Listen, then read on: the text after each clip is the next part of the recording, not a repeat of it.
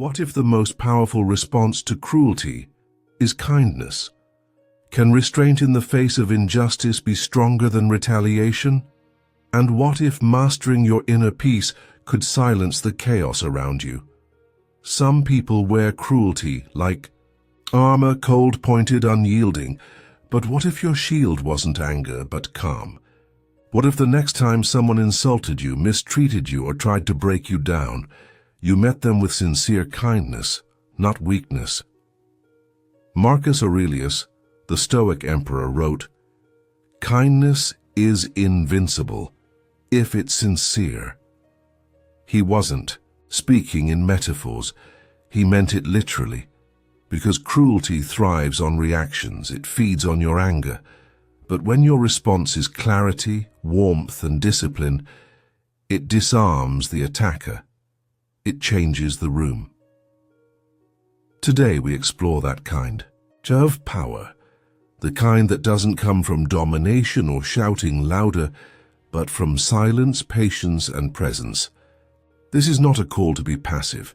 It's a call to be principled, like Martin Luther King Jr. standing unflinching before hate, like the Stoics who trained their minds like warriors trained their bodies. This is not easy, but it is possible. And the more you practice it, the stronger you become. Let's uncover the Stoic response to a cruel world, not as theory, but as a way of life.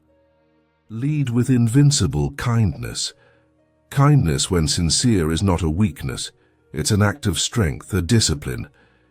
Imagine facing a cruel insult, not with sarcasm or retreat, but with clarity and composure. Imagine saying something calm and kind, not to score points, but to show that your center cannot be shaken. Marcus Aurelius wrote in Meditations 11:18 that even the most malicious person is powerless when met with honest kindness. Not a fake smile, not forced politeness, but grounded kindness, an intentional decision to not let another's darkness dim your inner light. This isn't passive submission, it's strategic stillness. It's the fireproof skin that Stoics cultivate. Because they know anger is easy, vengeance is expected. But calm is a choice, and when you make that choice, it confuses those who wish to control you. So next time someone tries to provoke you, see it, name it, and choose a higher response. Because you are not just reacting, you are leading. And when you lead with kindness, even cruelty must pause. In the first section, we explored the Stoic principle that sincere kindness is not a retreat, but an act of strength. Now we continue deeper into the Stoic toolkit with a mindset that builds resilience no matter how chaotic the world becomes, controlling what you can and releasing what you can't. Control what you can, accept what you can't. Cruelty can take many forms: cold silence, sharp words, betrayal from those closest to you, and your first instinct may be to fix it, to control it, to fight it. But here's the problem: much of life is not yours to control. And the more you try to grasp at it, the more it slips through your fingers. Epictetus taught that the root of suffering is confusion between what is and isn't in our control. He called it the single most important distinction a person could make. Imagine trying to control the weather. Ridiculous, right? Now imagine trying to control how others treat you, how they think of you, or whether the world plays fair. Same trap. And yet, we fall into it, again and again. The Stoic doesn't suppress emotion. They train perception. When something painful happens, they pause and ask, is this mine to change? If the answer is no, they don't waste energy resisting it. They focus inward, where all power resides. So when cruelty arrives, unexpected, sharp, unjust, the Stoic doesn't crumble, they breathe, they center, they act only where action matters. Because control is not about domination, it's about discernment, and that discernment is what sets the Stoic free. In the last section, we learned that the Stoic doesn't waste time fighting the uncontrollable. Now we move into the practice that brings strength and sanity in the face of cruelty, interpreting the world with reason, not reaction. Interpret. With reason, not emotion. Imagine someone insults you in public.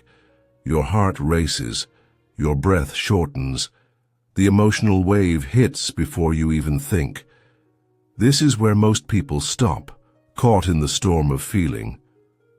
But the Stoic doesn't stop there. They go one step further. They pause, they examine.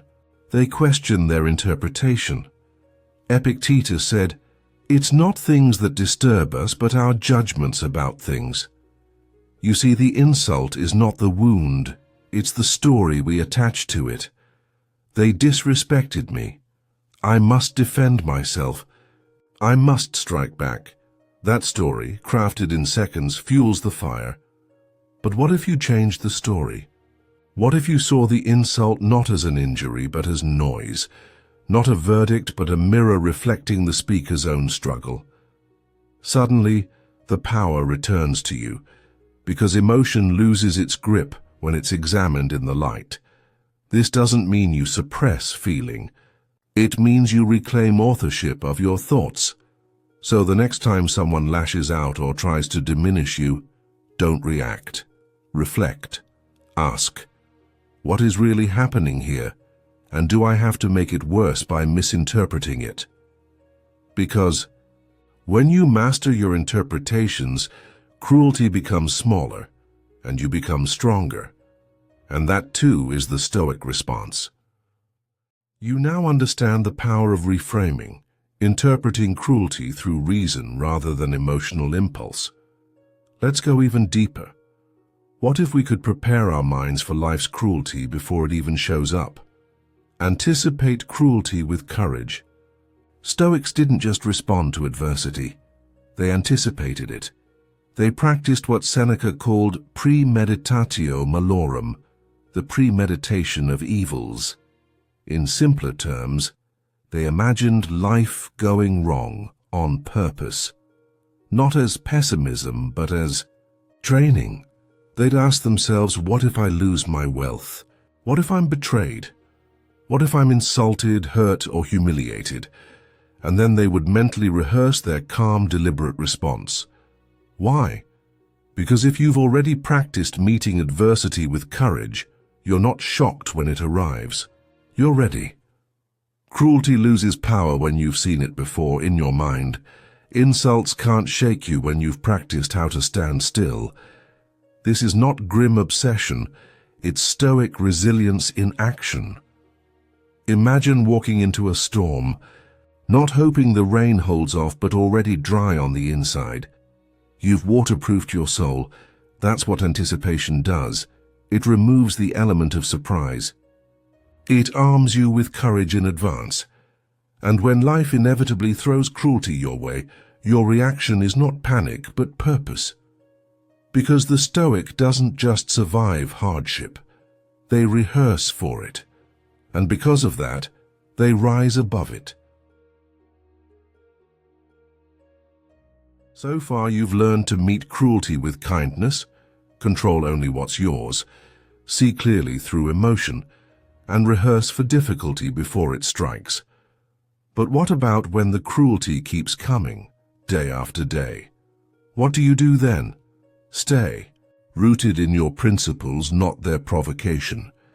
There comes a time when the attacks feel relentless, when the world or someone in it tests your patience to its limit.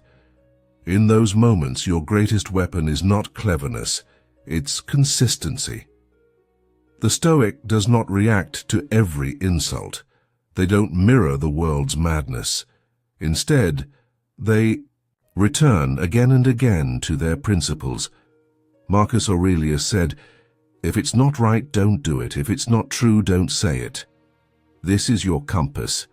It's easy to slip, to justify one harsh reply, one bitter retort, One low blow to match the energy thrown at you. But each time you do, you step off your path and onto theirs. The Stoic holds the line, not out of ego but discipline, not out of pride but purpose. You respond not as the world deserves, but as your values demand. And every time you do, you fortify your character. You build a reputation, not just with others but with yourself. Because at the end of the day, cruelty may win the moment, but you, if you stay true, you win your soul. And there's no higher victory than that. You've walked through fire.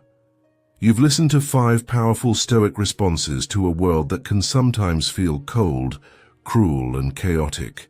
Now we bring it all together, not just as knowledge, but as transformation. You learn that kindness, when sincere, is not softness, it's invincible. It disarms cruelty, not because it begs for peace, but because it refuses to participate in the spiral of hate. It's clarity, it's choice. You saw that control is not about manipulation, it's about mastering the self. The Stoic doesn't seek to bend reality. They seek to understand it, accept it, and work only with what's in their power. You examined how interpretation shapes everything. The insult itself is empty until you decide what it means. Emotion doesn't command you. You command how much voice it's allowed to have. You discovered the Stoic technique of anticipation, premeditatio. Malorum, preparing for what may go wrong so your mind never flinches when it does. And then you stood firm in your own principles, learning to hold your moral ground when it's hardest. You were reminded, cruelty may scream loudest, but it's your silence, your presence, your inner alignment that echo the longest, living it, not just learning it. Stoicism isn't a script. It's a training ground. The cruel world won't change overnight. People will still disappoint. Systems will still fall short. Life will still test your patience. But you are now armed with clarity, and clarity is rare. You can walk through noise without losing your voice. You can hear the insult and not accept it. You can feel the heat and not react with fire. Each day you train, not to be numb, but to be unshakable. You forgive, not to forget, but to free your spirit. You respond slowly, deliberately, not to appease, but to stay aligned with your core. And when you slip, you return. Gently, firmly, no drama, just discipline. This is the Stoic way. If this message moved you, share it, not just with someone who's hurting, but with someone who needs to lead with more strength. Subscribe to Marcus Aurelius Stoic Resilience for more tools, more ancient wisdom, and more practical strength. And remember, you don't need to be perfect, just clear, just intentional. Cruelty may be loud, but clarity echoes forever. Stay grounded, stay calm, stay Stoic.